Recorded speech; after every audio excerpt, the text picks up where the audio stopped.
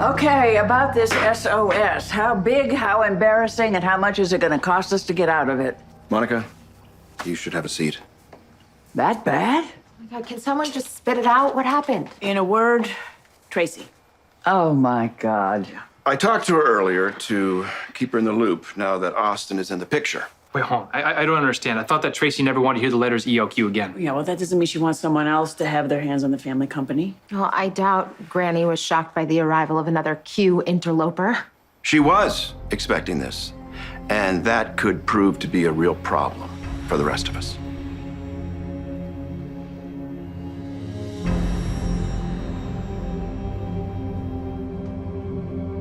Your wife, who you're clearly head over heels in love with, is having an affair with your best buddy. I think you have every right to your outrage. I am mad at the situation, but Willow has the biggest heart of anyone I've ever known.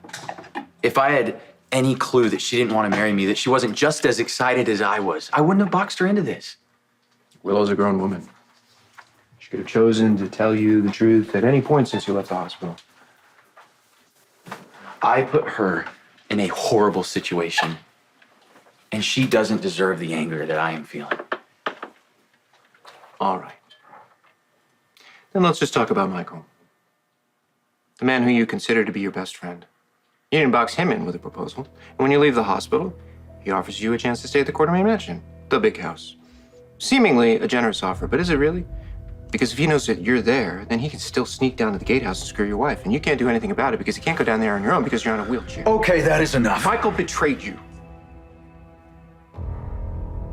Isn't it time for some payback? Why does any of this matter to you?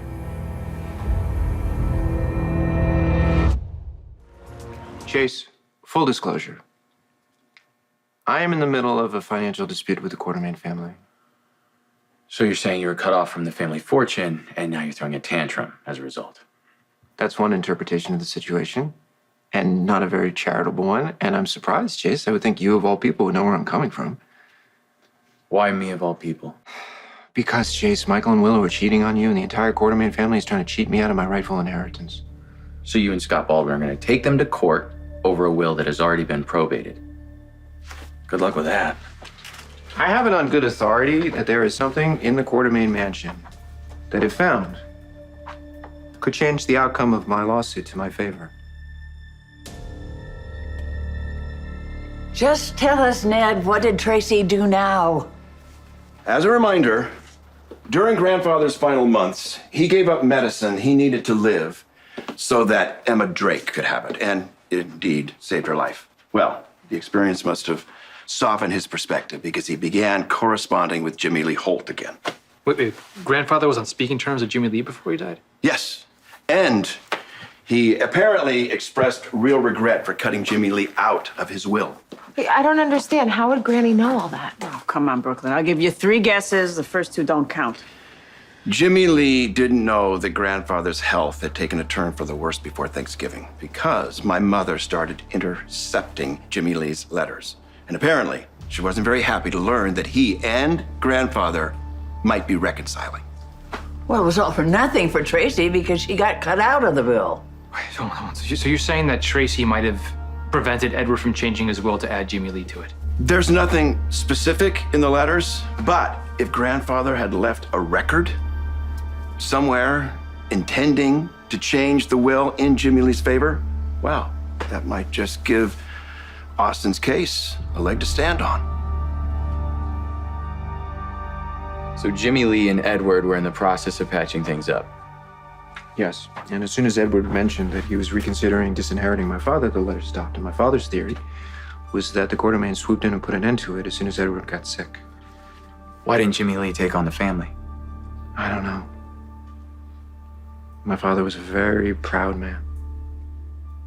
But now that he's passed, I think it's my duty to try and settle the score. I mean, it's an interesting theory, but it's all just conjecture. And I've testified at enough criminal cases to know that you need evidence to make a case stick. So how are you gonna prove any of this? Edward's papers are still in his study. His family left the room exactly the way he left it. And you know this how? Because when I was at the party, I poked around. And I got as far as the door to Edward's study, and I opened it. And I was about to go in when the housekeeper showed up and escorted me back downstairs. And if you made it into the study, what did you expect to find? Well, if Edward was reconsidering his will and he contacted a lawyer, there'd be a record of it. Or better yet, some handwritten notes. I'm sorry, what does any of this have to do with me? Well, you live at the Quartermain Mansion. You can go to Edward's study anytime you want. You want me to do your dirty work. No. I want you to uncover the truth.